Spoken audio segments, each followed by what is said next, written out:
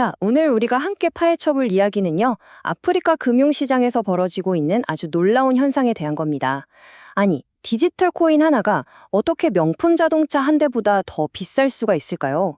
지금 동아프리카에서 들려오는 파이 네트워크에 대한 이야기 한번 시작해 보겠습니다.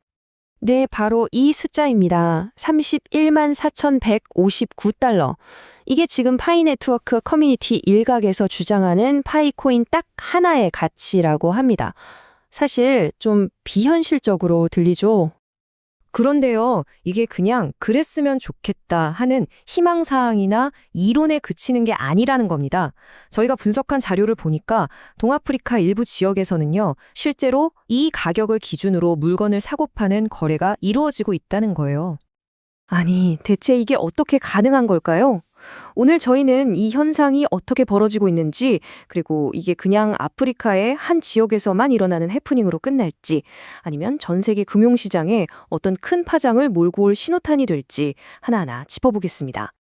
저희 놀라운 이야기를 제대로 이해하기 위해서 오늘 우리가 함께 살펴볼 내용들입니다. 네, 첫 번째 이야기, 아프리카의 금융 지진입니다. 모든 사건의 시작은 바로 여기였어요.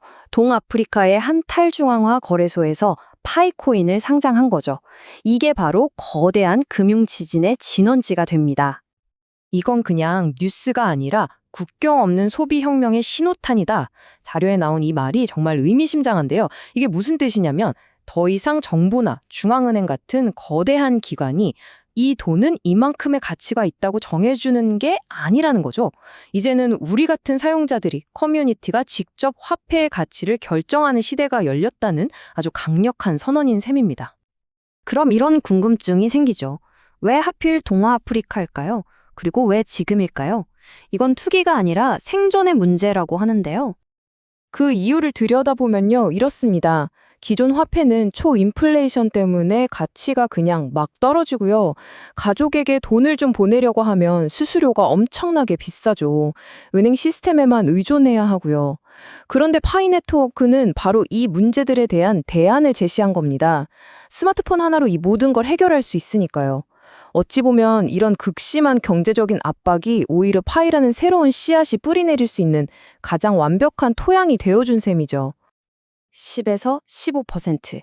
한번 생각해 보세요. 해외에 있는 가족에게 100만 원을 보내면 수수료로만 10만 원, 15만 원이 그냥 사라지는 겁니다. 이건 그냥 단순한 수수료가 아니에요. 누군가에겐 정말 생계가 달린 돈이죠. 파이 네트워크가 바로 이 고통스러운 문제를 해결해 줄 수 있는 아주 실질적인 대안으로 떠오르고 있는 겁니다. 자, 그럼 가장 중요한 질문이 남았죠? 이 어마어마한 가치가 도대체 어떻게 유지가 되는 걸까요? 그 비밀은 바로 현금이 전혀 필요 없는 디지털 물물교환이라는 아주 독특한 경제 모델에 있습니다. 이게 어떻게 돌아가냐면요. 아주 간단해요. 먼저 사람들은 스마트폰으로 파일을 공짜로 채굴하죠. 그리고 상점들은 물건이나 서비스를 팔고 그 대가로 파일을 받습니다. 그럼 구매자들은 높은 가치의 파이 덕분에 엄청난 구매력을 갖게 되고요. 마지막으로 상인들은 그렇게 받은 파이를 버리지 않고 자기들 물건 떼어는 공급업체에 다시 파이로 지불하는 거예요. 보세요. 돈이 시스템 밖으로 한 푼도 새어나가지 않는 완벽하게 닫힌 순환 구조, 즉 자급자족 경제가 만들어지는 겁니다. 그런데 이게 단순히 아프리카 안에서만 맴도는 이야기가 아닙니다. 이 작은 움직임이 이제는 바다를 건너 아시아와 연결되기 시작했어요. 마치 고대의 실크로드처럼 새로운 디지털 실크로드가 열리고 있다는 분석이 나오고 있습니다.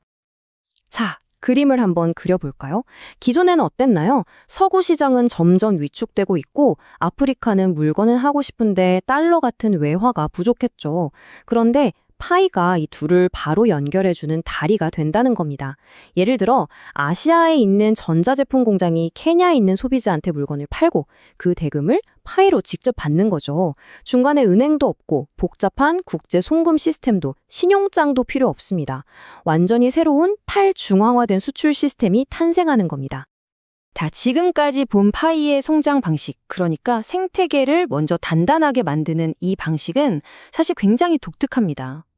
그럼 이제 대규모 마케팅이랑 아주 화끈한 보상을 앞세우는 다른 프로젝트들과는 어떻게 다른지 한번 비교해서 살펴볼게요. 바로 이런 프로젝트들이죠.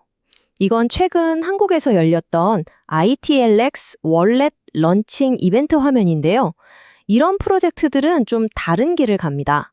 스핀 돌리기 같은 게임 요소를 넣어서 사용자들이 일단 재미를 느끼고 바로 참여하게 만드는 데 집중하는 거죠. 그리고 그 전략의 핵심은 바로 이런 겁니다. 맥북이나 현금처럼 아주 값비싼 경품을 내걸어서 이 사람들이 오면 이거 줄게 하면서 단기간에 사용자를 확 끌어모으는 거예요. 실생활에 얼마나 유용한가 보다는 당장 눈앞의 보상을 더 중요하게 생각하는 방식이라고 할 수 있겠죠? 네, 이 표를 보시면 두 방식의 차이가 명확하게 보입니다.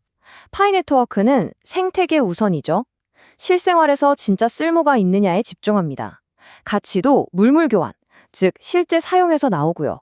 그래서 천천히 필요에 의해서 유기적으로 성장하는 길을 택했죠.